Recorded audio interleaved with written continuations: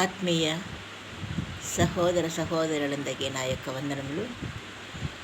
మన ప్రభువు రక్షకుడు అయిన యేసుక్రీస్తుల వారు మన పితరులతో చేసిన నిబంధన, వారికి ఇచ్చిన దీవెన, అక్కడి నుంచి ఇప్పటి వరకు ఆయన మార్పు చెందని వాడు కనుక ఆ మేలులను మనకు కూడా కొనసాగిస్తున్న దేవుని యొక్క ప్రేమను జ్ఞాపకం చేసుకుందాం.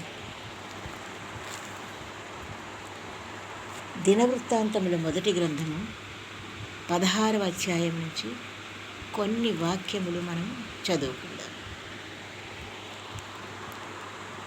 మహాదేవునికే స్తుతి కలుగునుగాక.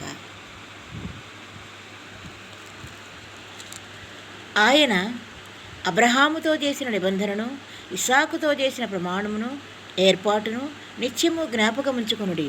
1000 తరముల వరకు ఆ మాట నిలుచునని ఆయన సెలవిచ్చెను.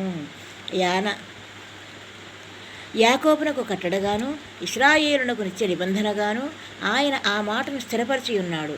వారు జనము నుండి జనమునకు, రాజ్యము నుండి రాజ్యమునకు తిరుగులాడుచుండగా నేను అభిషేకించిన వారిని ముట్టవలదనియు, నా ప్రవక్తలకు కీడు చేయవద్దనియు సెలవిచ్చి ఆయన ఎవరినైనను వారికి హింస చేయనీయలేదు.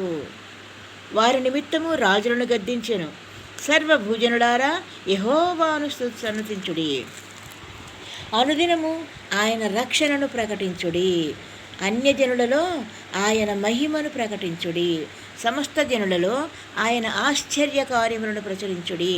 యెహోవా మహాఘనత వహించినవాడు, ఆయన బహుగా స్తుతినందదగినవాడు. సమస్త దేవతల కంటే ఆయన పూజ్యుడు. జనముల దేవతలన్నయు వట్టి విగ్రహములే. యెహోవా ఆకాశ వైశాల్యమును సృజించినవాడు. ఘనతా ప్రభావములు ఆయన సన్నిధిని ఉన్నవి. బలమును సంతోషమును ఆయన వద్ద ఉన్నవి. జనముల కుటుంబములారా యెహోవాకు చెల్లించుడి. మహిమా బలమును యెహోవాకు చెల్లించుడి. యెహోవా నామమునకు తగిన మహిమను ఆయనకు చెల్లించుడి. నైవేద్యములు చేతపుచ్చుకుని ఆయన సన్నిధిని చేరుడి. పరిశుద్ధాలంకారములకు ఆభరణములను ధరించుకొని ఆయన ఎదుట సాగిలపడుడి. భూజనులారా ఆయన సన్నిధిని వణకుడి. అప్పుడు భూలోకము కదలకుండును, అప్పుడది స్థిరపరచబడును. యెహోవా ఏలుచున్నాడని జనములలో చాటించుడి. ఆకాశములో ఆనందించునుగాక, భూమి సంతోషించునుగాక, సముద్రమును దాని సంపూర్ణతయు ఘోషించునుగాక. పొలములను వాటి యందు సర్వమును సంతోషించునుగాక. యెహోవా వేంచేయుచున్నాడు. సర్వసృష్టి అంతటికని శుభములు మహాశుభములు కలుగునుగాక. ఆమెన్. Praise the lord.